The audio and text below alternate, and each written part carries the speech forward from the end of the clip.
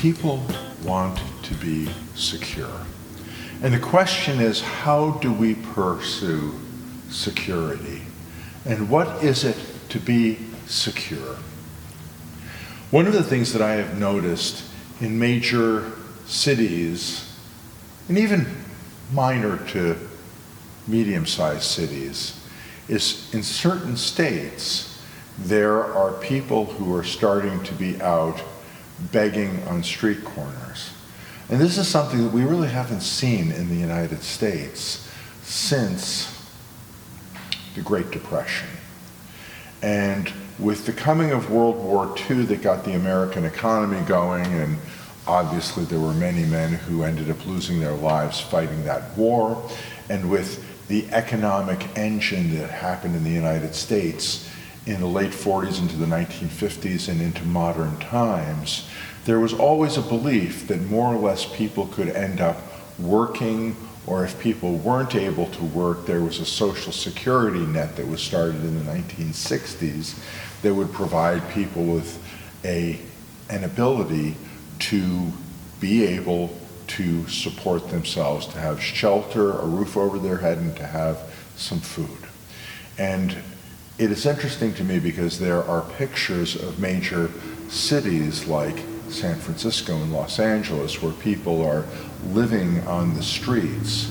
There are circumstances where there are people out begging for money, and some people say that this is a problem of housing, some people say this is a problem of mental health, some people have other ideas about what could be going on with this. But I think that people from the bottom of society to the top of society are seeking a point of security. And I wonder if what we are seeing get established in different areas, whether this is the starting of an understanding that socially and society-wide, that what we thought was a stable and a secure society might not be. Now, I know that when we think of this, people will be first and foremost concerned about their own personal security, and there's a rightness to that. But I don't think that security simply is a matter of having a roof over your head, having an adequate monthly income coming in, and having an ability to do what you think you need to do.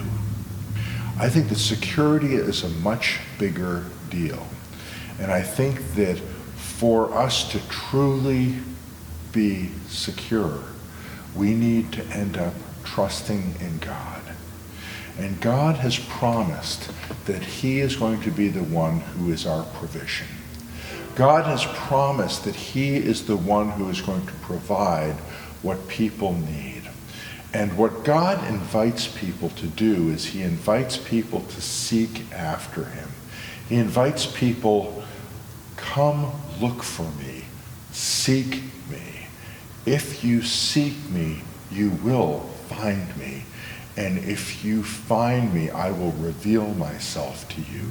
And if I reveal myself to you and invite you into relationship with me, what will end up happening is you will become my child. You will be adopted into my family.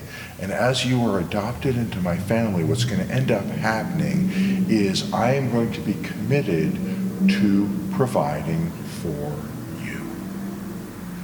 And so really the path to security isn't necessarily to be able to manipulate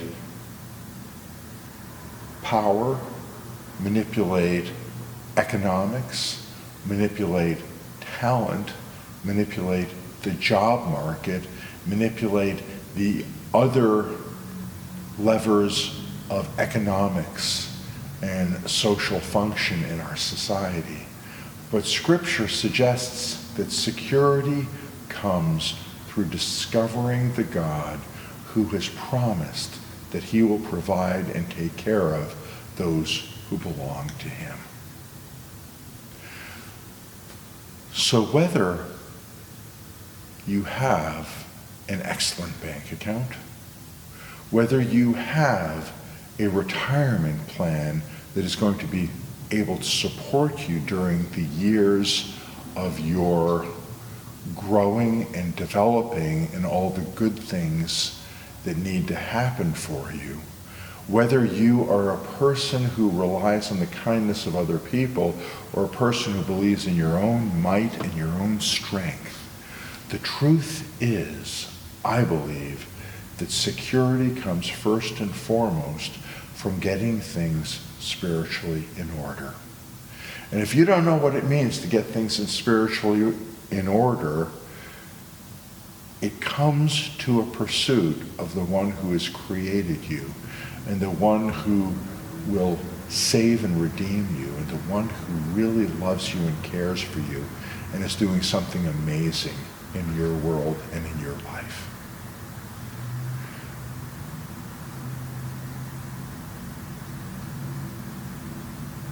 I think that this is a season and a time where people are more open to seeking security. It is out there to be discovered, but security isn't an accomplishment. Security is a person, the very person of God. Shalom.